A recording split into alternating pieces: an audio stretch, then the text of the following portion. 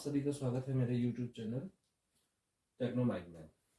तो आज हम एक नया चैप्टर उठाएंगे जिसका नाम है लाइट, रिफ्लेक्शन एंड रिफ्रैक्शन। तो लाइट के बारे में सभी जानते हैं। लाइट जो है एक एनर्जी का फॉर्म है जो कि एनर्जी जब कन्वर्ट होती है तो उसमें से एक लाइट एनर्जी भी होती है। ठीक है। रिफ्लेक्शन एंड रिफ्रैक्शन क्या है इसके बारे में समझ लीजिए। जब लाइट जो है किसी शाइनी या किसी भी सरफेस पे जब टकराती है तो वो सरफेस उस लाइट को वापस बाउंस कर देता है। इसको बोलते हैं रिफ्लेक्शन। अभी रिफ्लेक्शन के बारे में, रिफ्रैक्शन के बारे में आगे बताएंगे हम आपको। रिफ्लेक्शन लगभग सभी चीजें ही करती हैं, चाहे वो शाइनी हो या ना हो। बस ये है कि जो लाइट का अमाउंट है वो एक डायरेक्शन में अलग अलग हो जाता है अगर वो शाइनी नहीं है। ये सरफेस की नेचर पे डिपेंड करता है। जैसे मान लीजिए कि कोई रफ सरफेस है, जैसे मान लीजिए दीवार, तो दीवार से लाइट रिफ्लेक्ट तो होती है लेकिन उस तरीके से नहीं जैसे कि किसी मिरर से होती है, प्लेन मिरर से। प्लेन मिरर पूरी ही लाइट को वो एक डायरेक्शन में, जिस डायरेक्शन से लाइट आती है उसी एंगल, जिस एंगल से लाइट आती है जिस डायरेक्शन से, उसी एंगल से उसके दूसरे डायरेक्शन में लाइट को क्या कर देती है, वो भेज देती है। इसे बोलते हैं रिफ्लेक्शन। इसके दो रूल होते हैं। पहला रूल कि जब लाइट किसी प्लेन सरफेस पे टकराती है, जैसे मान लीजिए ये प्लेन सरफेस है और ये आ रही है लाइट, इसे इंसिडेंट रे कहेंगे। क्या कहेंगे इसे? Incident ray. तो वो उसी एंगल से क्या हो जाएगी, वापस भी चली जाएगी। ये होती है रिफ्लेक्टेड रे। और इसके बीच में अगर हम लाइन खींच दें, एक इमेजिनरी लाइन, सॉरी, ठीक है ना,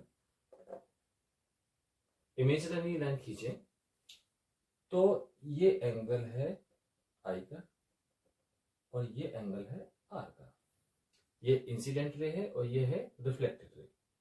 तो जिस एंगल से इंसिडेंट रे आती है उसी एंगल से वो क्या हो जाती है, रिफ्लेक्ट हो जाती है।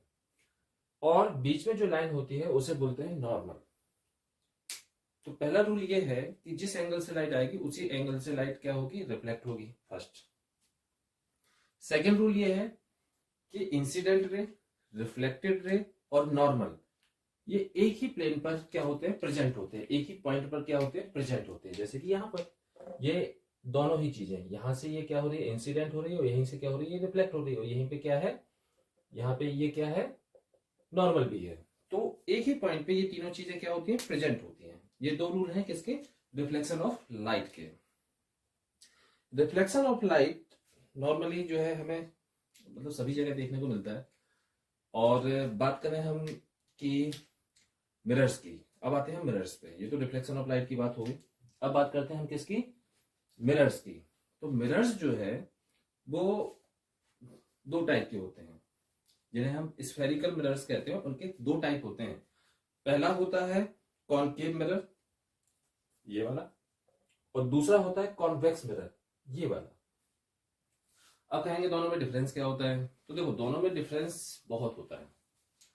शेप देखने पर एक जैसे लग रहे हैं लेकिन डिफरेंसेस बहुत सारे होते हैं। जैसे कॉनकेव मिरर की जो आउटर सरफेस है वो क्या होती है, कवर्ड रहती है, और अंदर जो इंटरनल क्या है सरफेस है ये रिफ्लेक्टिव होती है, ये लाइट को रिफ्लेक्ट करती है। जबकि कॉन्वेक्स मिरर में इसका अपोजिट हो जाता है। उसकी इंटरनल सरफेस क्या होती है, कवर्ड रहती है पेंट से, और आउटर सरफेस जो है वो क्या होती है, रिफ्लेक्टेड होती है। मतलब जब लाइट जो है उस पर पड़ती है तो वो आउटर सरफेस उसे रिफ्लेक्ट करती है और इधर जो इंटरनल सरफेस है वो उसे क्या करती है, रिफ्लेक्ट करती है। ये होगी बात किसके बारे में, स्फेरिकल मिरर्स के बारे में। अब इनके जो है कैरेक्टर वगैरह भी बताएंगे कि इनके कैरेक्टर क्या होते हैं। मैंने ये एक सर्कल बना के रखा हुआ है पूरा, जो कि इमेजिनरी लाइन जैसा दिख रहा है। ये मैंने इसलिए क्योंकि स्फेरिकल मिरर है तो स्फेयर से ही बना होगा, जाहिर सी बात है। और स्फेयर कैसा होता है, गोल होता है।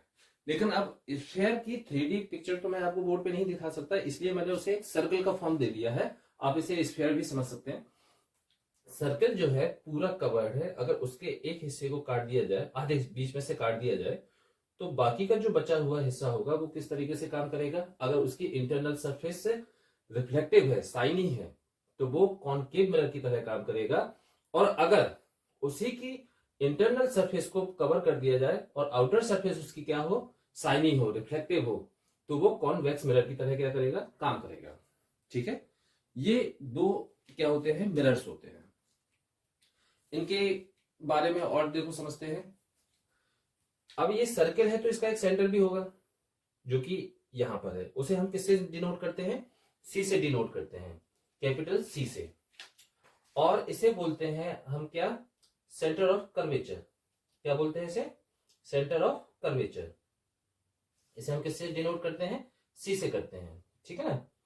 और जो लाइन गई है यहां से यहां तक की, जहां पे इसका सेंटर पॉइंट होगा किसका, इस कर्व का, यहां पर, ये कहलाएगा पोल।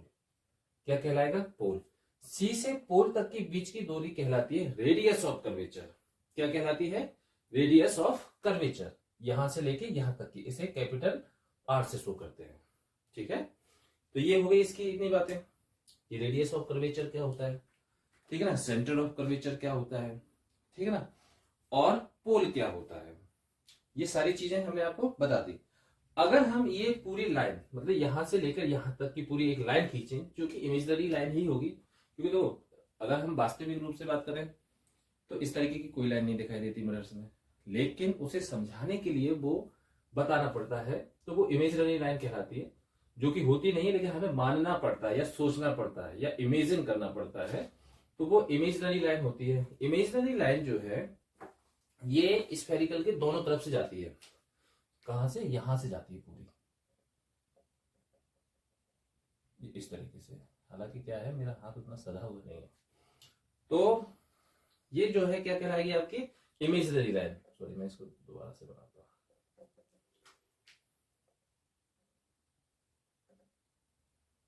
ये तो ये जो मैंने एक्स्ट्रा में लाइन खींच दी, ये जो पूरी लाइन कहलाएगी, ये कहलाती है प्रिंसिपल एक्सिस। क्या कहलाती है, प्रिंसिपल एक्सिस कहलाती है। प्रिंसिपल एक्सिस ये पोल तक जाती है, दोनों तरफ से, सेंटर के दोनों तरफ से जाती है। ठीक है, इतना हो गया। अब बात करते हैं कॉन्वेक्स मिरर की। ये तो कॉनकेव मिरर में है, सीधा सीधा सा है, समझ में आ रहा होगा, उसमें कोई बड़ी बात नहीं है। यहां पे भी अब कहेंगे सर इसका जो है सेंटर ऑफ कर्वेचर कहां होना चाहिए, पीछे ही रहेगा। ठीक है, भले ये रिफ्लेक्टिव नहीं है, लेकिन सेंटर ऑफ कर्वेचर कहां रहेगा, पीछे की तरफ ही रहेगा। ये हो गया उसका सेंटर ऑफ कर्वेचर। और यहां से यहां तक की दूरी, जो डिस्टेंस है, वो रेडियस ऑफ क्या कहलाएगी, कर्वेचर कहलाएगी। क्या कहलाएगी, radius of curvature, capital R. Pole वही होगा जहां पे था। क्लियर है। और अगर हम इसकी प्रिंसिपल एक्सिस की बात करें, तब भी वो कहां की तरफ ही जाएगी, आगे की तरफ ही जाएगी, ये इस तरीके से। ठीक है ना। तो ये इसकी क्या कहलाएगी, प्रिंसिपल एक्सिस। ये हुई इतनी बातें किसके बारे में, कॉनकेव मिरर और कॉन्वेक्स मिरर के बारे में।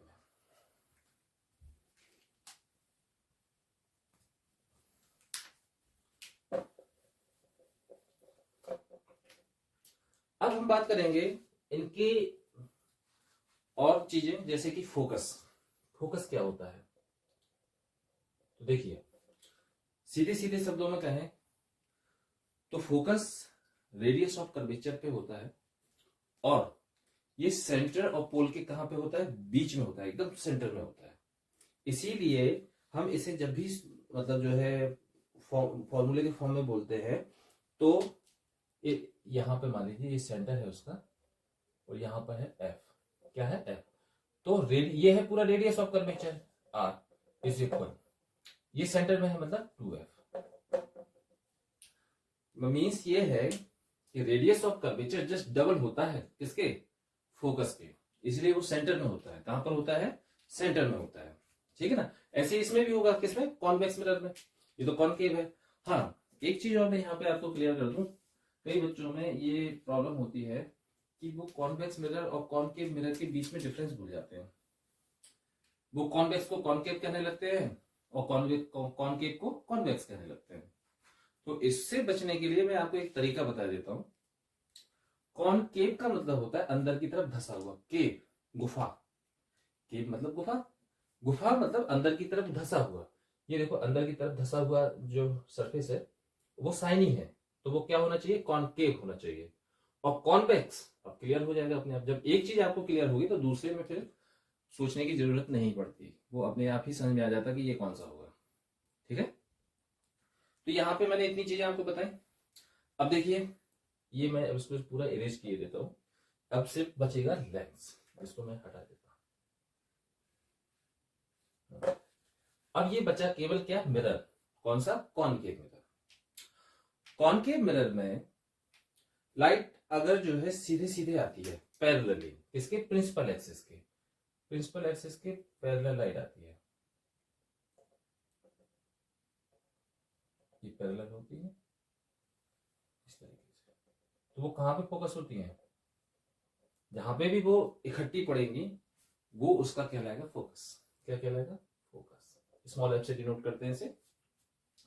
इसमें भी वही होगा कि पैरेलल लाइन आनी चाहिए, क्या आनी चाहिए, पैरेलली। ठीक है ना, ये इस तरीके से क्या आएगी, पैरेलल आएगी। लेकिन जो इसका फोकस होगा वो वर्चुअल होगा, क्योंकि वो मिरर के अब पीछे की तरफ दिखाई देगा। हालांकि वो महसूस होगा, ऐसा होता नहीं है क्योंकि पीछे तो पेंट है, लाइट अंदर जानी ही नहीं है, लेकिन महसूस होगा। तो वो इस तरीके से होता है।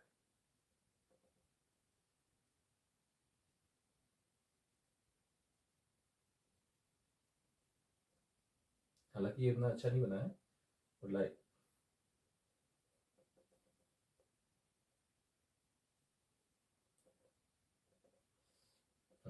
लाइट इस तरीके से क्या हो जाएगी, रिफ्लेक्ट हो जाएगी।